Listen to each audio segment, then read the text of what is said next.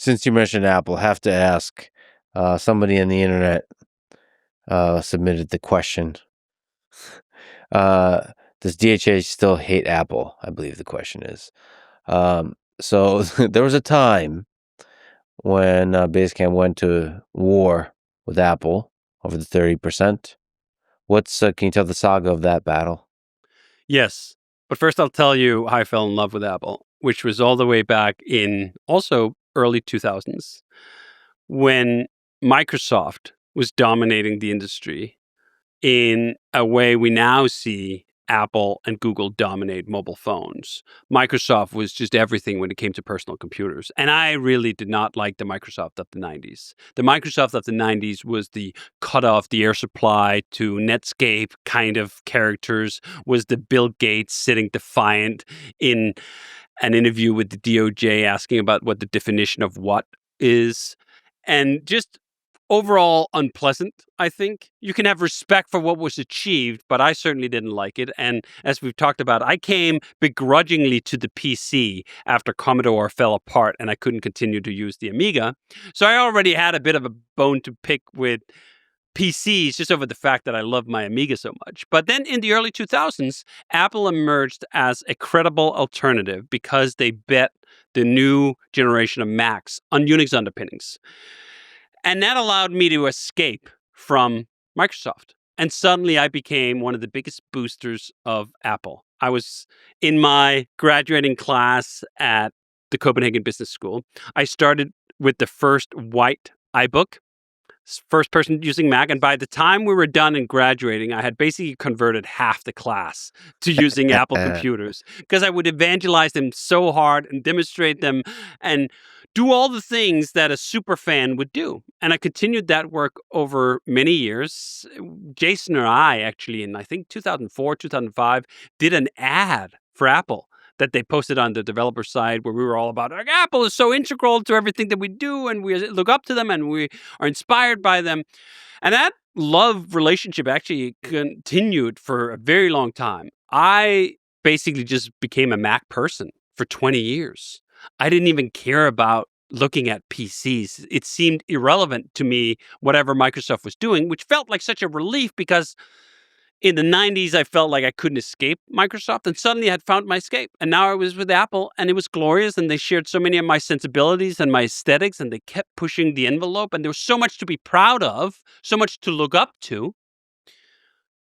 And then that sort of started to change with the iPhone, which is weird because the iPhone is what made modern Apple. It's what I lined up in 2007 together with Jason for 5 hours to stand in a line to buy a first-generation product where Apple staff would clap at you when you walked out of the store. I don't know if you remember that. It was a whole ceremony, and it was part of that myth and mystique and awe of Apple. So I wasn't in the market for other computers. I wasn't in the market for other computer ideas. I thought perhaps I'd be with the Mac until the end of days. But as Apple discovered the gold mine it is to operate a toll booth where you don't have to innovate, where you don't actually even have to make anything, where you can just take 30% of other people's business, there was a rot that's crept in to the foundation of Apple. And that started all the way back from the initial launch of the App Store. But I don't think we saw at the time, I didn't see at the time, just how critical the mobile phone would become to computing in general. I thought when the iPhone came out that it's like a mobile phone. I've had a mobile phone since the early 90s. Well, it wasn't a mobile phone. It was a mobile computer. And even more than that, it was the most important computer, or it would become the most important computer for most people around the world, which meant that if you liked to make software and wanted to sell it to people, you had to go through that computer. And if going through that computer meant going through Apple's toll booth, and not just having to ask them permission, which in and of itself was just an indignity when you're used to the internet, where you don't have to ask anyone permission about anything. You buy a domain and you launch a business, and if customers show up, boom, you're a success. And if they don't, well, you're a failure. Now suddenly, before you could even launch, you'd have to ask Apple for permission. That always sat wrong with me. But it wasn't until we launched Hey in 2001 that I saw the full extent of the rot that has snuck into Apple's Apple. For people who don't know, and we'll talk about it, Hey is this amazing email sort of attempt to solve the email problem. Yes, I like to pitch it as what Gmail would have been with 20 years of lessons applied in a way where they could actually ship. Gmail was incredible when it launched in 2004. And it still is a great product, but it's also trapped in its initial success. You can't redesign Gmail today. It just has way too many users. So if you want fresh thinking on email, I wanted fresh thinking on email. I needed to build my own email system. And not just my own email client. That's what a lot of people have done over the years. They build a client for Gmail. But you're severely constrained if you don't control the email server as well. If you really want to move the ball forward with email, you have to control both the server and the client. And that was the audacious mission we set out to do with Hey. And that was what's funny. I thought our main obstacle here would be Gmail. It's the 800-pound gorilla in the email space. Something like 70% of all email in the US is sent through Gmail. I think their world rates are probably in that neighborhood as well. They're just absolutely huge. And trying to attack an enormous established competitor like that, who's so actually still loved by plenty of people and is free, seems like a suicide mission. And it was only a mission we signed up for because we had grown ambitious enough after making Basecamp for 20 years that we thought we could tackle that problem. So I thought, hey, this is dumb. I would not advise anyone to go head to head with Gmail. That seems like a suicide mission. We're going to try anyway, because you know what? If we fail, it's going to be fine. We're just going to build a better email experience for me and Jason and the people at the company and our cat, and that'll be okay because we can afford to do so. But when we got ready to launch after spending 2 years building this product, millions of dollars in investment to it, we obviously needed mobile apps. You're not going to be a serious contender with email if you're not on a mobile phone, and you need to be there with a native client. So we had built a great native client for both iOS and for Android. And as we were getting ready to launch, we submitted both of them to the app stores, got both of them approved on, I think, Friday afternoon for the iOS app. And we then went live on Monday. And we were so excited. Hey, world, we've been working on this new thing. I'd love for you to check it out. And of course, as with anything, when you launch a new product, there are some bugs. So we quickly found a few in the iOS client and submitted a new build to Apple. Hey, here's our bug fixes. Can you please update? And that's when all hell broke loose. Not only were they not going to approve our update, they said, oh, wait a minute. We gave you permission to be in the App Store, but I'm sorry, that was a mistake. We see that you're not using our in-app payment system, which means that we don't get 30% of your business. You will have to rectify that or you can't be in the App Store. At first, I thought, well, it got approved already. We're running on the same model we've run Basecamp on in the App Store for a decade. If you're not signing up through the app, and we're signing up our own customers on our own website, and they're just going to the App Store to download their companion app, we're going to be fine. That was the truce, right? That was why I never got so fired up about the App Store, even as Apple started tightening the screws, was like my business was okay. Now, suddenly, my business wasn't okay. Apple was willing to destroy Hey if we did not agree to give them 30% of all the signups that came through the iOS app. And it wasn't just about the 30%. It was also about splitting and not longer having a direct relationship with our customers. When you sell an app in the App Store, you're not selling an app to a customer. You're selling an app to inventory at Apple, and then Apple sells an app to that customer.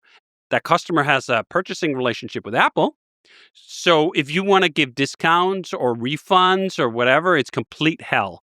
If you want to easily support multi-platform, that's complete hell. If someone signs up for Hey on their iPhone and they want to switch to Android, but that billing relationship, it's tied to Apple, it's complete hell. For a million reasons, I did not want to hand my business over to Apple. I did not want to hand 30% of our revenue over to Apple. So we decided to do something that seemingly Apple had never heard before. We said, no, we're not going to add the in-app payment. I don't care if you're threatening us. This is not fair. This is not reasonable. please approve. And of course they didn't. And it escalated. And after a couple of days, we realized, you know what? This isn't a mistake. This isn't going away. We're going to be dead if they go through with this. If we're not going to yield and give them the 30%, they're going to kick us off. Unless we make such a racket, such noise that they will regret it. And that's exactly what then happened. We were blessed by the fact that we launched Hey 1 week before the WWDC, their Worldwide Developer Conference, where Apple loves to get up on stage and harp on how much they do for developers, how much they love them, and why you should build for their new devices, and so on and so forth. And then we also just happen to have a platform on the internet, which is very convenient when you need to go to war with a $3 trillion company. So I started kicking and screaming and essentially turning it up to 11 in terms of the fight and going public with our denial to be in the App Store. And that turned into a prolonged 2-week battle with Apple that essentially ended in the best possible outcome we could have gotten as David fighting Goliath, which was a bit of a truce. We wouldn't hand 30% over to Apple. They wouldn't kick us out of the App Store, but we had to build some bullshit dummy account such that the app did something when you downloaded it. That was a rule that Phil Schiller seemingly made up on the fly when pressed for the 5th time by the media about why we couldn't be in the App Store when a million other companion apps could. But we just happened to be able to create so much pain and noise for Apple that it was easier for them to just let us be than to keep on fighting. What do you think about Tim Sweeney's victory with Epic over Apple? I think it is incredible, and the entire developer ecosystem, not just on iOS, but on Android as well, owe Epic, Tim Sweeney, and Mark Rain an enormous debt of gratitude for taking on the only battle that has ever inflicted a serious wound on Apple in this entire sordid campaign of monopoly enforcement, and that is Epic's fight versus them. Tim recently revealed that it has cost well over $100 million in legal fees to carry on this battle against Apple. We, for a hot moment, considered suing Apple when they were threatening to kick us out. We shopped the case around with a few law firms, and perhaps, of course, they would tell us, you have a good case. I mean, they're trying to sell a product here. But they would also tell us it's going to cost a minimum of $10 million, and it's going to take 5 to 7 years through all the appeals. Now, we now learned the actual price tag was 10 times higher, right? Epic spent over $100 million. It would have destroyed us to take on Apple in the legal realm. Only a company like Epic could do it. And only a company run by founders like Tim, like Mark, could risk the business in the way that they did, the audacity they had to provoke the fight in the first place, which I thought was just incredible, and to stick with it for the long term. No board would have signed off on this lawsuit to a professional CEO. No freaking way. So the fact that they've been able to beat Apple in also the most hilarious way possible, I think it's just incredible. Because remember, their first victory in the case was actually not much of a victory. There were about 11 counts in the trial. Apple basically won 10 of them, and the judge awarded Epic this one little win that Apple couldn't tell them not to link out to the internet to be able to do the payment processing. So they won this one little thing. And Apple, instead of just taking the 10 out of 11 wins and going, fine, you can have your little links, but all these other rules stay in place, decided to essentially commit criminal contempt of court, as they've now been referred to for prosecution, and angered the judge to such a degree that the rule of law in the US now is that you can launch an app in the App Store and you don't have to use in-app payment, but you can have a direct billing relationship with a customer if you just link out to the open internet when you take their credit card and then hop back into the app.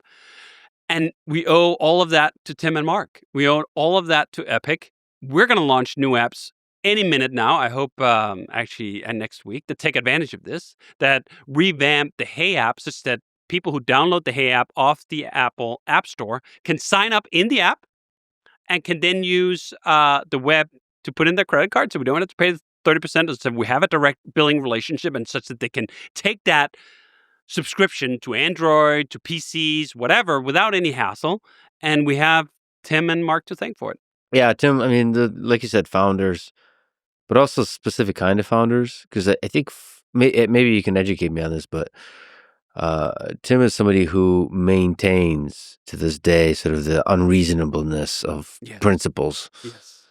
That's what I love. I think sometimes maybe even with founders, you can get worn down. It's a large company. Yes. There's a lot of smart, quote unquote, people around you, lawyers, and just whispering in your ear over time. And you're like, well, just be reasonable, this is a different thing. And to be the sort of maintain, I mean, Steve Jobs did this, still are the asshole.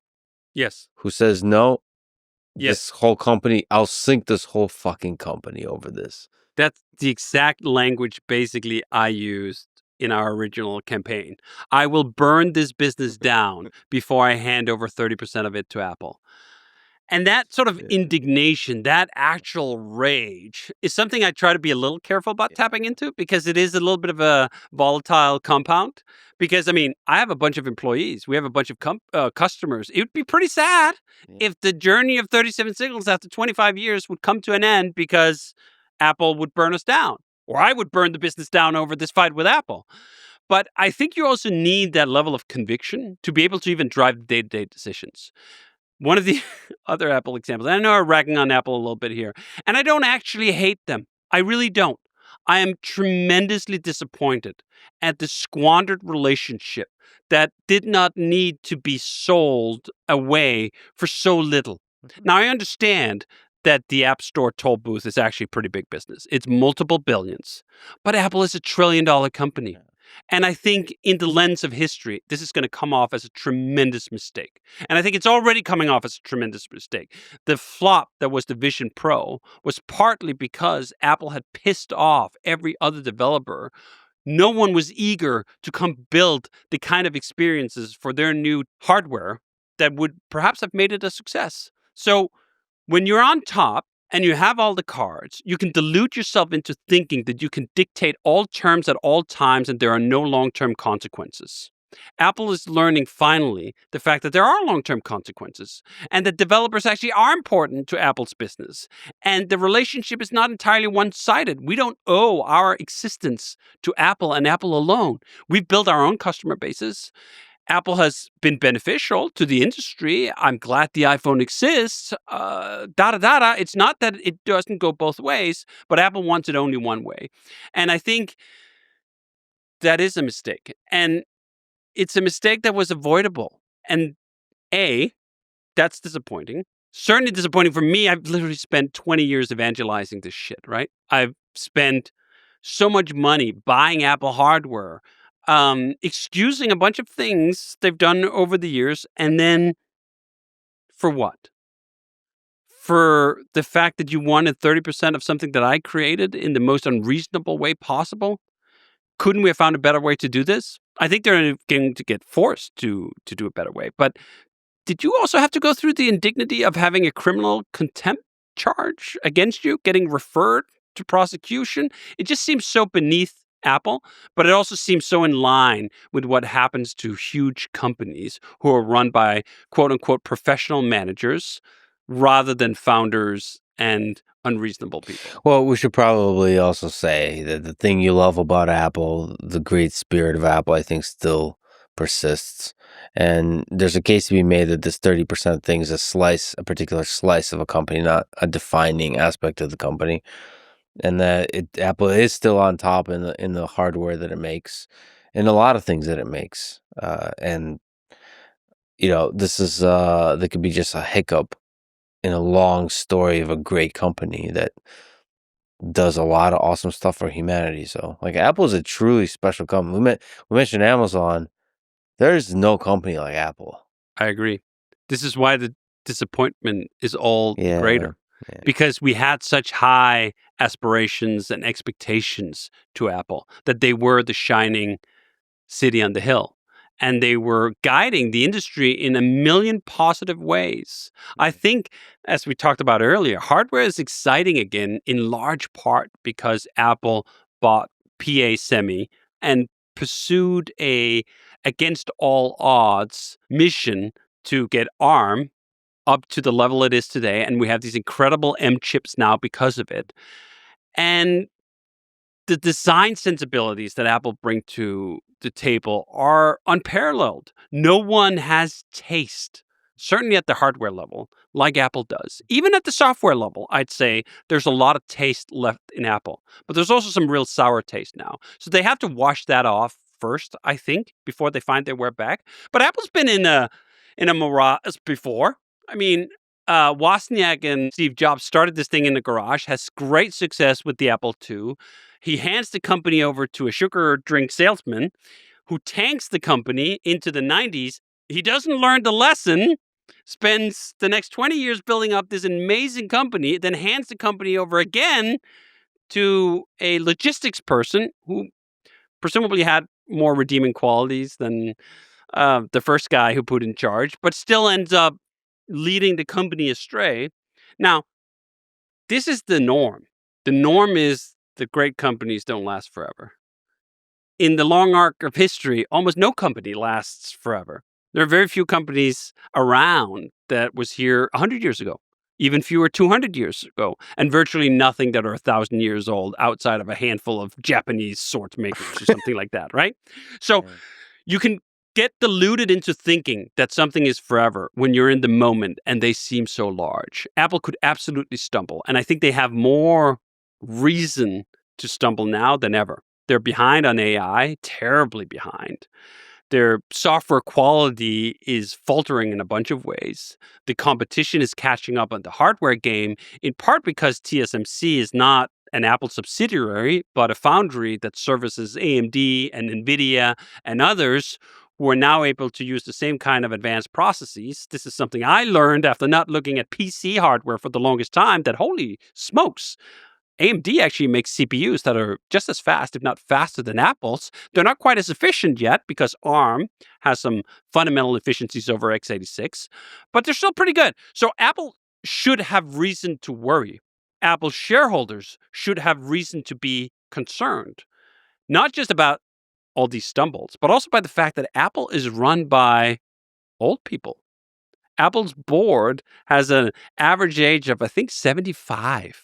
Their entire executive team is above 60. Now, that sounds horribly ageist. And in some ways, it a little bit is.